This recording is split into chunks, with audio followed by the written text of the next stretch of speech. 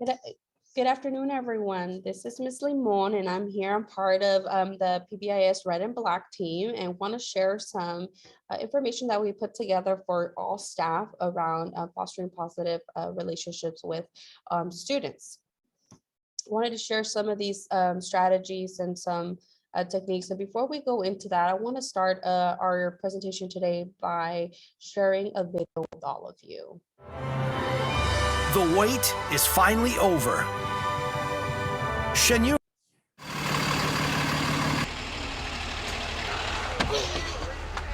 Hey, Mr. Q.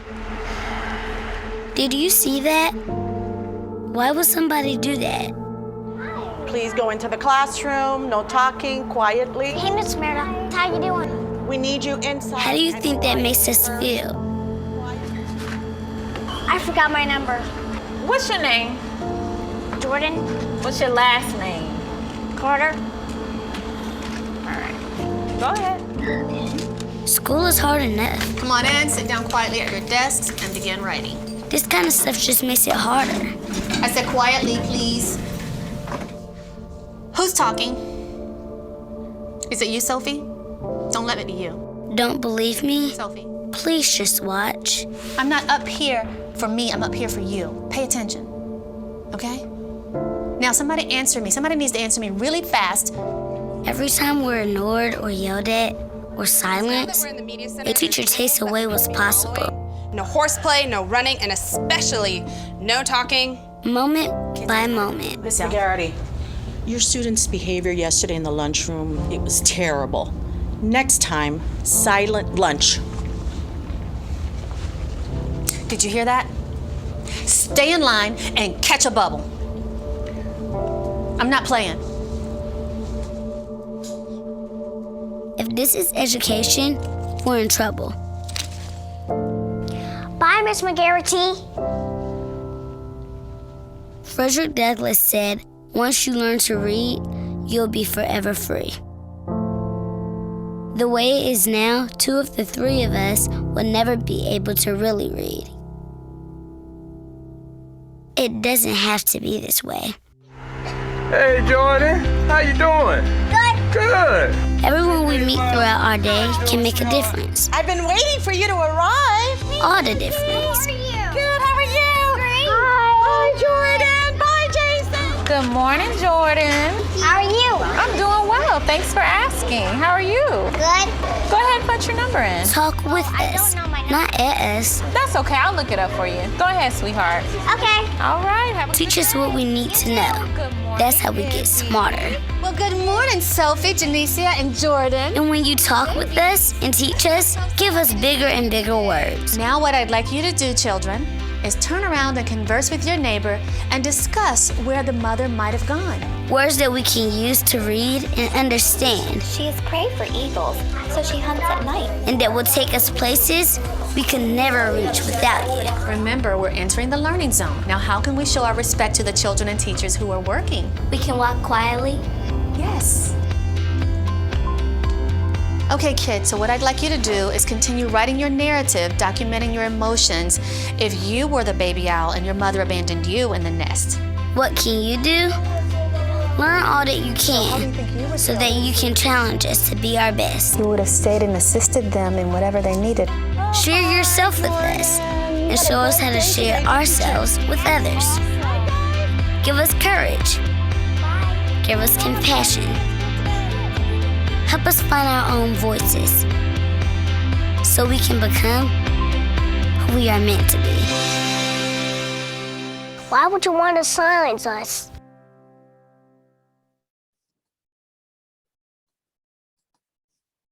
Right, so that's definitely a very powerful video, and it's going to be a great video to segue into the information that we want to talk about, or the what we want to share with everyone today. As you saw from the video, fostering these relationships can make a great impact in all of our students, and even between us as staff, definitely it can make or break our day. So I want to jump into talking a little bit about some of that assistance and how it develops our students and our youth when we do foster these relationships. And I want to talk to you a little bit about the 40 developmental assets. The 40 developmental assets are research-based, and they're pretty much positive experience qualities that influence young people's development, and it eventually helps them become caring, responsible, and productive adults. So over time, there's been more than 5 million young people that have consistently shown that the more assets that were present within their life and their development, they're less likely to engage in different high-risk behaviors, and they're more likely to thrive, right? So this research shows that they're more likely to do well in school, be civically engaged, and of course, value diversity.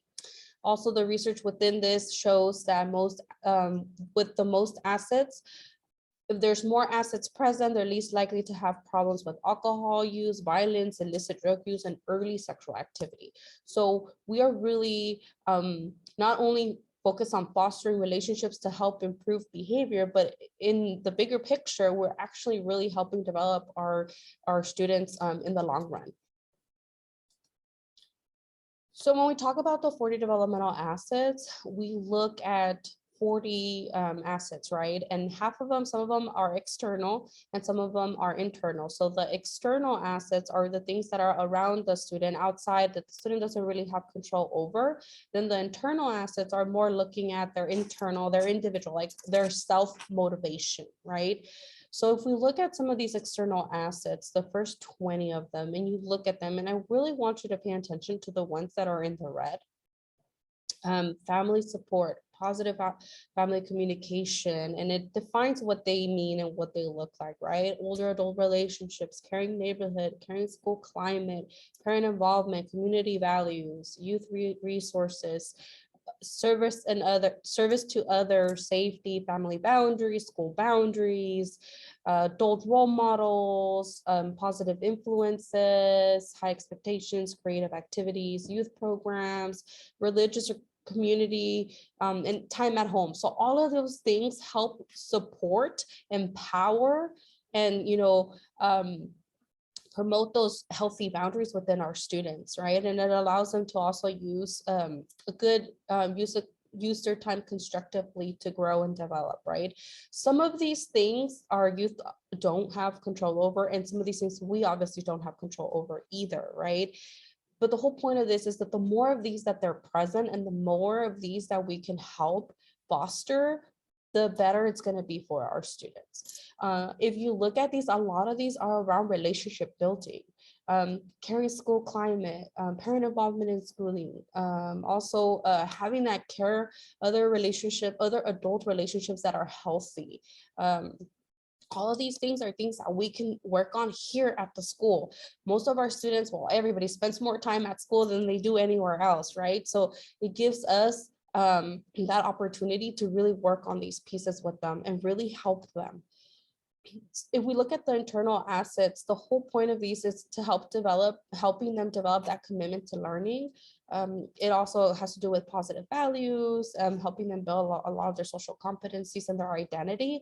So this is, again, it's a little bit harder because it has to come from within them, right? But if we help foster those external assets, it could also, do that ripple effect to help them build those internal assets as well, like school engagement. If they feel connected to an adult at school, it's going to help them be engaged at school, right? If we're helping address that school climate, which was in the external asset list, they're connecting that bonding to school, right?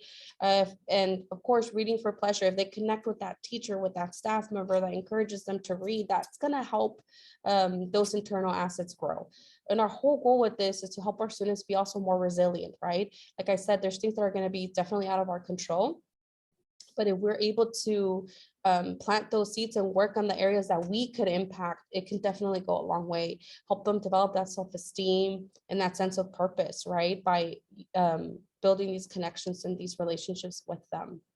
So with that said, I want to jump into sharing what's already being done here on campus, and highlighting some of these strategies that work for staff members and teachers here on campus on how to foster those relationships that seem to work for them.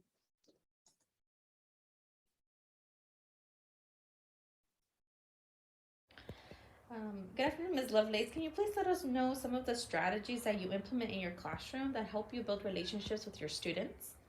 Well, the first strategy at the beginning of the year is I do a little survey for students to put their interest, some questions, books, their favorite movie, their favorite sport. So I kind of know a way to connect with them. One of my favorites is sports, so I know usually I can wear my jersey or whatever team, and that helps students try to make comments with me and connections, and then I can make connections with them. As a group, I talk about how we're known as Lost Hills. Specifically, our group is known as 5th grade. So if someone misbehaves or if someone does something great, that's 5th grade at Lost Hills. It's usually not just one student. So I built a lot of community in here. We all need to try our best. We all need to follow PBIS. And what are some strategies that help you when a student or your classroom is having a rough day? Well, the first strategy would be my behavior clip chart behind me. It's just I usually use it as positive. So if I see a large group of students who are not following PBIS, I try to single on that one student and have them clip up and acknowledge what they're doing correct. And usually that works for my classroom because everyone else would like to clip up and get a paw. Another one is I learned a few years ago is if it's a lot of students that are off task, but I don't know the exact number, I could say I'm waiting for 7 students to have out a pencil. And even though it might be more or less, if they don't have a pencil, they're like, ooh, I'm part of that 7. And that works really well. Another one too is if more negative, but if they have gotten in trouble at least 3 times, it does go to parent contact on the behavior chart. And that is a time for me to call home just to let the parents know, and it's at least 3 tries, so I at least have some information about what I've tried to help and what I've done to make sure that they're following PBIS. Same thing for positive. If they go to the top, I'll call home or I'll write on Class Dojo. I'll send a note home on the weekend or Fridays, just acknowledging them for following PBIS. All right, thank you for sharing, Ms. Lovely, some of your great strategies. You did mention parent interaction, so we're just wondering, how does that help you address your classroom needs? I feel like parents are going to be the best way to help enforce expectations in the classroom, especially with positive. Like I love letting parents know, oh, this person scored well on the test. I can tell that they studied, or this person has been reading well and they have their AR points.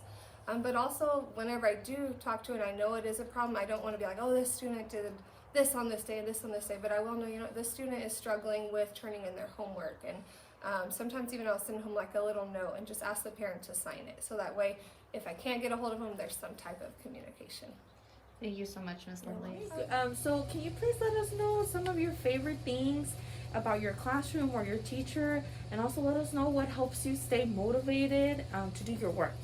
What helps me stay motivated is my friends by telling me that you do your homework, and then what I like about my classroom is that it's clean and my friends are nice, and what I like about my teacher is that she's nice and patient whenever I do my homework. My favorite things about my teacher is that he's funny, and about my classroom is that instead of having to walk to the library, he has his own library. And I like the books that he has. And the thing that makes me motivate to do my work is how he explains it. My teacher, he's funny. I like to be with my friends in class or in recess. One thing that motivates me is getting better grades. Things about my classroom and my teachers is that they all motivate me to do some things. They don't tell me that I'm doing something wrong. Like they do tell me when I'm doing something wrong, but they make sure to tell me in a nice way and then keep motivating me to do it better and explain things to me. And then what's the question?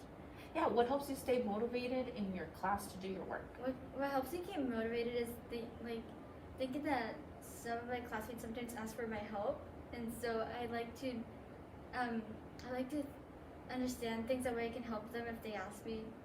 So that's what keeps me motivated, and thinking that I make my parents proud if I have good grades, and then how my younger brothers think of me. Yeah.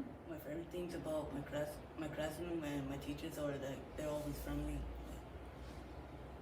They help, and they the things that gets me motivated is my friends, some of the teachers, and my family. All right, Mr. Tony, so can you please let us know what are some strategies that help you build relationship around campus, and also what helps you motivate students to follow their pause expectations? Well, as far as strategies, I feel like I don't have a strategy. It's just the simple thing as saying good morning to them. Every day that a kid steps inside the bus, I tell them good morning. If there's 30, I'm gonna say 30 good mornings to each kid. And then once we get to campus, I'll name every kid on the way down. Have a good day, Juan. If they're my mentees, have a good day, mentee. I'm watching you. Take care and do your homework. It's simple things. I don't think I have any strategy. It's just I don't know if it's a natural thing or just is it that I care about the kids. But I feel like I just don't have a strategy. Just the simple little things as good morning. How are you guys? Did you do your homework? How many AR pointers do you have? What book are you reading? Stuff like that. So I can say I don't feel like I have any strategy. It's just the simple things as good morning. I don't think I could get any simpler than that. Mr. Tony, what helps you motivate students to follow their pause expectations? It's well, that's kind of an interesting question, but I just go over the pause expectation with them. If it's on the bus, if I get a kid in trouble, most of the time I'll bring them to the front, sit them down, and I'll talk to them. I'm taking them home, and we'll just go over the basic stuff of, you know, the way you're supposed to get on the bus, putting on your seatbelt, make sure you keep your hands to yourself, simple things like that. And it's just repeated and reminding them every day. Or like the cafeteria, we'll go over the whole Paul sign that we have that I put up on the wall over there. We'll go over there. I've done it to where kinder through third, I bring them all at the end of their lunch, and we'll read them all out and make sure that they all follow their pause expectations and stuff like that. So it's just basically reminding them what we expect from them.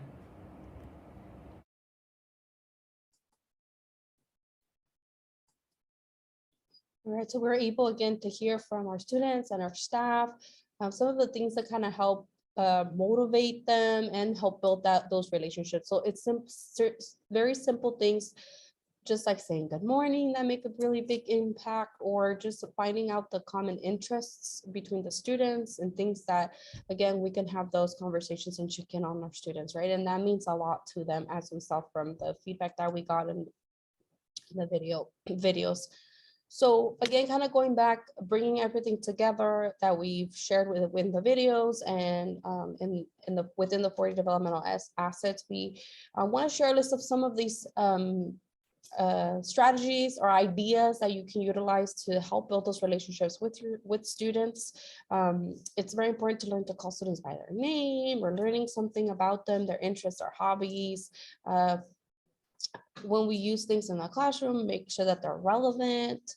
One of the things are arrive early. I know sometimes it's hard to stay late, but again, just making sure that we're taking the time. It's all about really taking the time and being genuine with our students, because they're definitely going to know when we're being genuine and when we're not. So it all has to do with just having those conversations. What do you like? What are you into? Making sure that we're interacting and rewarding students, giving them that positive feedback, that verbal praise. We all like that, right? It helps us as adults as well, right? Telling jokes, being humble, and when appropriate, if we make a mistake, acknowledging that and saying, you know what, oops, I'm sorry, my bad, really working on making that eye contact with our students without making it awkward, but just, again, being present. That's all that we're trying to say. Be present and be genuine when building these relationships with students, being respectful. And one of the biggest things too, including the parents in the journey and the process, letting them know when their students are doing well, or when you need a tag team to give them that extra support. Of course, it's always good to smile, right? So we want to end with this today. I want to share the Starfish story with you. We come in, education and stuff, the field that we're in, it's tough, whether you're an educator, whether you're a support staff, whether you're out in the cafeteria, in the bus, wherever you are, it is hard. It's hard. We live in a tough world right now, and the things that our students are facing, the stuff that we're facing, is it's very tough. And sometimes we put in everything we can, we try as much as we can, and sometimes we feel like it's not enough, right? Or it seems like it's not working. But just remember that we are definitely out there making change. If it's that one student that we're touching, that's what we want. So again, to leave you today with this story, it's called the starfish story. Some of you may be familiar with it, but if not, it goes a little something like this. One day, a man was walking along the beach when he noticed a boy hurriedly picking up and gently throwing things into the ocean. Approaching the boy, he asked, "Young man, what are you doing?" The boy replied, "Throwing starfish back into the ocean. The surf is up and the tide is going out. If I don't throw them back, they'll die." The man laughed to himself and said, "Don't you realize there are miles and miles of beach and hundreds of starfish? You can't make any difference." After listening politely, the boy bent down, picked up another starfish, and threw it into the surf. Then, smiling at the man, he said, "I made a difference to that one." So all that to say, again, even though it seems tough at times and may feel like the things that we're trying and the strategies that we're doing may not be working, just think about that one student that it is working for, that one student that you are making an impact. And even if we save that one, that's good enough. So definitely want to thank you all for taking the time to watch this video. And if you guys have any questions, please feel free to always reach out to us. Again, we're here representing the PBIS team. And thank you for your time.